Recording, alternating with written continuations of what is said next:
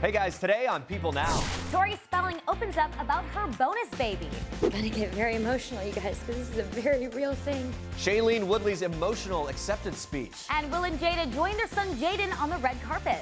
Chris Hemsworth slaps down those pesky reports about his marriage. Rebecca Black opens up about returning to music after her hit Friday.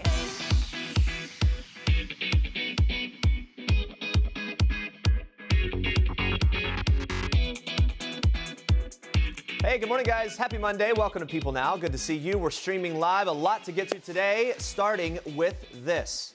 Tori Spelling, her 4 kids, and her baby bump attended the 27th annual Elizabeth Glaser Pediatric AIDS Foundation Family Festival on Sunday. Spelling, who suffered from placenta previa during her last pregnancy, called baby number 5 her, quote, bonus baby, and said, "I never thought I'd be pregnant again. It's a very welcome surprise. I said before my pregnancy with Finn that I love being pregnant, and it was such an amazing experience, and this one has not let me down. It's been great. I have energy, and I feel like I'm loving every minute of it." Spelling revealing that she's totally healthy and safe during this pregnancy, even dished on what cravings pregnancy number 5 is bringing, saying this, "I've been craving old-fashioned buttermilk donuts. I'm a donut eater. And now I am also craving those. Who doesn't love a good donut?" Spelling also revealed that she's not exercising during her pregnancy. She told People, "I am not working out at all. I always say this. I have 4 kids, and it's the biggest workout of anyone's life. I literally am up at 6 a.m. with the kids. I do not do my thing and settle in bed until 9 at night. Literally, don't sit down." Well, guys, moving on to this. Will, Jada, and the whole Smith clan were together on the green carpet Saturday for the 2016 Environmental Media Awards. The event was hosted by Nicole Richie, and other attendees included Shailene Woodley, Lance Bass, and Ian Somerhalder. Both Woodley and 18-year-old Jaden Smith receiving EMA Futures Awards for their contributions to the environment. Woodley got emotional as she accepted the award and spoke out about her recent arrest for protesting the Dakota Access Pipeline. Watch. I'm gonna get very emotional, you guys, because this is a very real thing that we are dealing with. And the time is not tomorrow. The time is now. The day I got arrested, there was 26 others who got arrested. But I was doing what 300 other people were doing, and not any of them got arrested. I got singled out. I had a Facebook live feed going with over 40,000 people watching. And I was the only person out of 300 people who got arrested for doing that. So there's obviously, a big desire to keep this silent. But I'm calling out everyone in this room tonight. Show up. Don't just tweet about it. Don't just feed off of me getting arrested. Go to Standing Rock.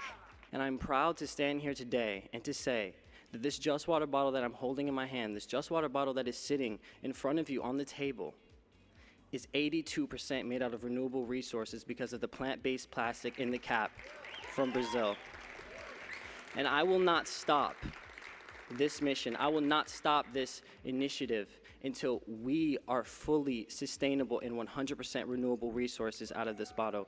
I want to say thank you to the EMAs for this award and having me up here to really spread my vision and supporting us with also keeping the water here. Thank you so much. All right, Andrea Boehlke with even more trending news. A huge night for Walking Dead fans. Huge oh my night. gosh. Yes, Jeremy. To the surprise of many, there was not one but 2 shocking deaths. Abraham, played by Michael Cudlitz, was Negan's first victim, then followed by fan favorite Glenn, played by Stephen Yeun. Very, very sad. Producers appeared with the cast on the Walking Dead after show, The Talking Dead, to speak about those gruesome deaths. Showrunner Scott M. Gimple explains, "The hardest thing about it was starting the script and thinking about what would break Rick. It was all in issue 100, but also looking for a way to break the audience too, but not in a way to hurt them, but for them to believe that Rick Grimes is under the thumb of Negan." Gimple said that he and executive producer Robert Kirkman have had this episode planned for 2 years. Kirkman reassured viewers by saying, "We still have a lot more to do. We're setting the stage for more to come. We wanted to send a clear message that we are just getting started, and there's a lot that we're going to be getting from this." All right, we'll see what happens as the season continues. Moving on to this. Is Chris Hemsworth looking for a new wife? Well, not according to the Avengers actor. Chris posted this picture of him and his wife on Instagram saying, "Looking for a new wife," according to Women's Day Australia and other misleading outlets. "Honey, you still love me, right?" And he made sure to include the hashtag, "Thanks for the heads up." Well, this cheeky Instagram post comes after reports surfaced that Chris and his wife, Pataki, were going through a rough patch. Chris made a point to emphasize that there was no trouble in paradise with this social media post. The couple have been married since 2010 and have 3 children together. All right, switching gears here. We all know Rebecca Black from her viral smash hit Friday, but did you know that she released a new track called The Great Divide off of her upcoming EP? It's a whole new sound for Rebecca, so when she stopped by the People Now studios, she talked to me all about breaking away from Friday and the meaning behind her new song. Watch. How has it been overcoming all that instant fame with Friday and now working on new music? So what's been the biggest challenge with that? The hardest part was, I'd say, 2 elements. Being honest with myself and being vulnerable, because when you walk into a room, sometimes you're walking into a room with strangers and you're about to get very vulnerable and personal in like a matter of a day. And it took a bit for me to get there. And what I learned from that was that like the moments where you're crying on the couch, the moments where you're spilling like your secrets to these people are the best moments, because you connect and you end up with such an amazing song. Not only gave myself a break, but also just let myself be like the most creative person I could be. And so that's what The Great Divide is about, is letting the past go so you can move forward onto bigger and better things.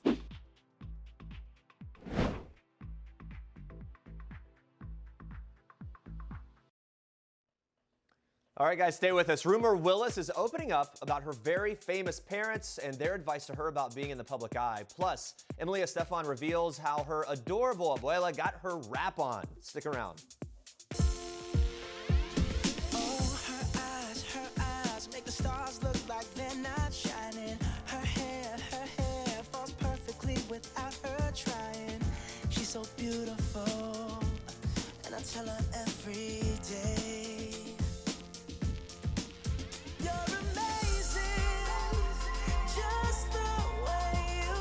Don't miss all the latest amazing stories right at your fingertips. People love people. I'm almost every state in the continental United States. We've shot Triple D in Alaska and in Hawaii, all through. I think the only ones we're dragging are South Dakota, North Dakota, Montana. Okay. I'm gonna shoot Argentina next year. Ooh, fun. Yeah, I'm gonna go down there for my birthday and do a little Triple D at the same time.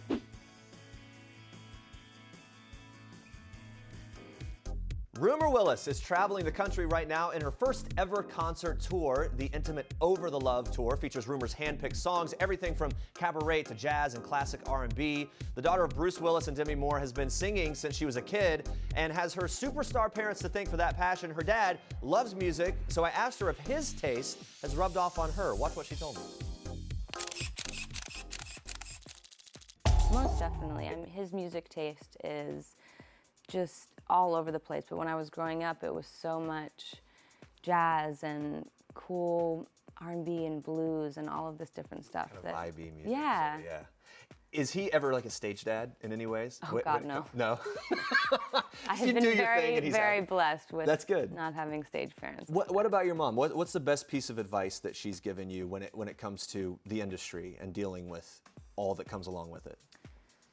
Just to really be yourself, to always remember that when you're in front of an audience or anywhere, if you're in the public eye, you have to represent yourself in a way that is of what you would want to present to the world. And especially, I always try to just keep in mind, I am so grateful to have a lot of young women fans and young girls, and I always hope to be a constant source of inspiration and confidence for them. You know, I want to be a beacon of someone that's trying to tell them that they don't have to fit in and you don't have to be these stereotypes and fit into this box to be beautiful. And you kind of hear a lot of women say that their relationship with their mother gets stronger over time and as they grow older. Do you feel like that's the case for you with your mom? Most definitely. And I would say that with both of my sisters, as you get older, I think for everyone, you realize that your parents aren't just these superhero parents, and you realize that shift happens between them being your parents and them just also being people. And you can look at them in a different light and see how when they were, because my mom had me when she was 25, and Sure. I'm 28 now, and just to even imagine myself 3 years ago starting to have children and be married and have my career, like it's pretty trippy, and I'm so proud and kind of in awe of her. Such an amazing shift when you, as you just said, you start to see your parents as real people that just made decisions just like you're making decisions. One way I think we're all, and maybe you more than anyone, are seeing your dad as a real person. He's got this 2.5-year-old, right? Like he's dealing with the terrible twos, right? I can relate to that. I'm almost there right now with my youngest. And is he dealing well with it, with the terrible twos? Is it a thing? You know what? He's amazing with my little sisters. And first of all, I don't know how it happened, but they are two of the sweetest little girls I've ever met. I mean, I'm a little biased, I'm not gonna lie, but they're just so sweet and lovely and just have such a zest for life, and seeing them together, it just reminds me of being a kid. All right, guys, something fun for you this morning. Have you seen this?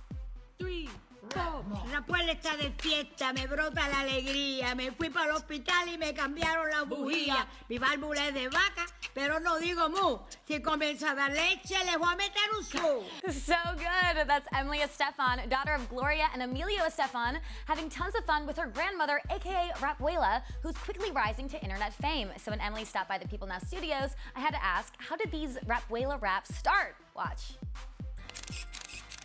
So I know you sung with your mom. You've also sung raps with your grandma. Oh yeah, she's the real star. That's why I'm here.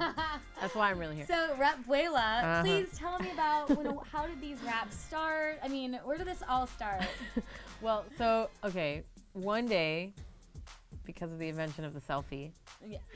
I was just like, she's funny. She's always like witty and quick like that. So I just started beatboxing, and she just like spit mad fire. So I was like, there's something here. Yo soy Fajardo, soy muy discreto. Aquí los loquitos, solo Estefan. So we would just do it for fun. I wasn't expecting that, so many people would respond to it. And now, if I post anything on my Instagram that's not her, they're like, cute, where's your grandma? Like, get to the business here. Now, obviously, music runs in your blood, but I heard that, or I saw that you didn't start singing really until 18, or at least in front of people. So why did you wait so long? So drum set is my principal instrument. That's what my instrument was in college. And I felt very protected, and like you said, when your mom is your mom, Gloria Estefan, it's very hard to overcome that obstacle. So honestly, I was a coward. I admit it now, because it opened the door for me to write a lot of my music, because it's about a lot of pain and a lot of hardship about going through that. But so I was 18 and I was up in college, finally alone, like discovering, all that good college stuff. And I was like, okay, I gotta get over this. It's not right. So I always say the scariest thing I ever did was when I was 18, we were alone at the beach, at our beach house. And I was like, Mom, it was like 2 a.m. I was like, I gotta get this over with.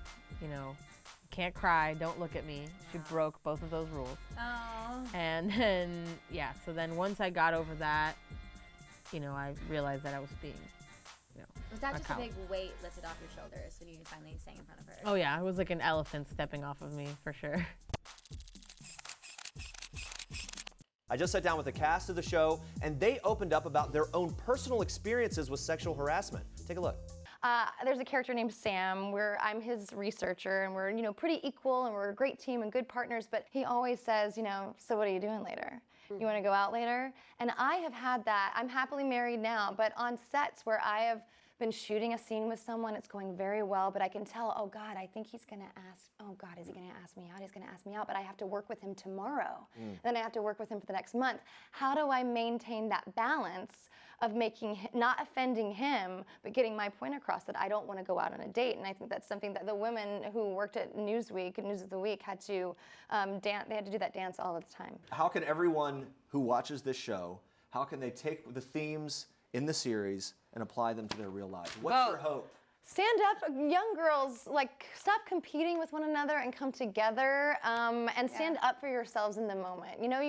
I've had times where I was sexually harassed or sexually discriminated against, and I go home and I don't say anything in the moment, and I mull over it and I can't go to sleep, and I think, why didn't I just stand up for myself? It's okay to stand up for yourself. I would love to speak to that exact thing that she just said, which is that sometimes that's how it happens, is when something happens to you, the response isn't immediate. It's a process of recognizing that you're uncomfortable. And I think for a lot of people, because of that, organic pause that happens. You feel like I have felt like I no longer have a right to address it because too much time went by.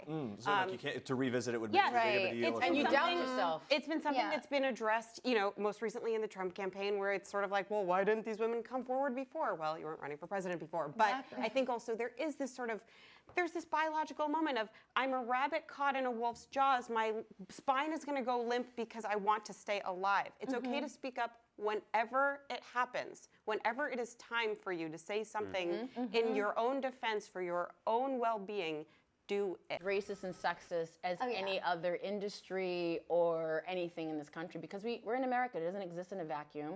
The same forces that influence government policy, social, everything influences Hollywood, and the majority of people who run Hollywood are straight white men. So until the patriarchy and white supremacy and all that is, is dismantled, we're gonna keep fighting these fights. Yeah, no matter where you are. Until the people in the power positions, until the diversity gets to the power positions, it will be just like everywhere else. This is Jennifer Aniston, who told people her beauty secret. It's called water. This is Julia Roberts, who confessed her $1 million beauty treatment. It's called sleep. This is Courtney, who escapes to the spa. And Michelle, who swears by good lighting. And this is Beyonce, who woke up like this. These are people's insider trading tips to beauty from the world's most beautiful people. The details make the story.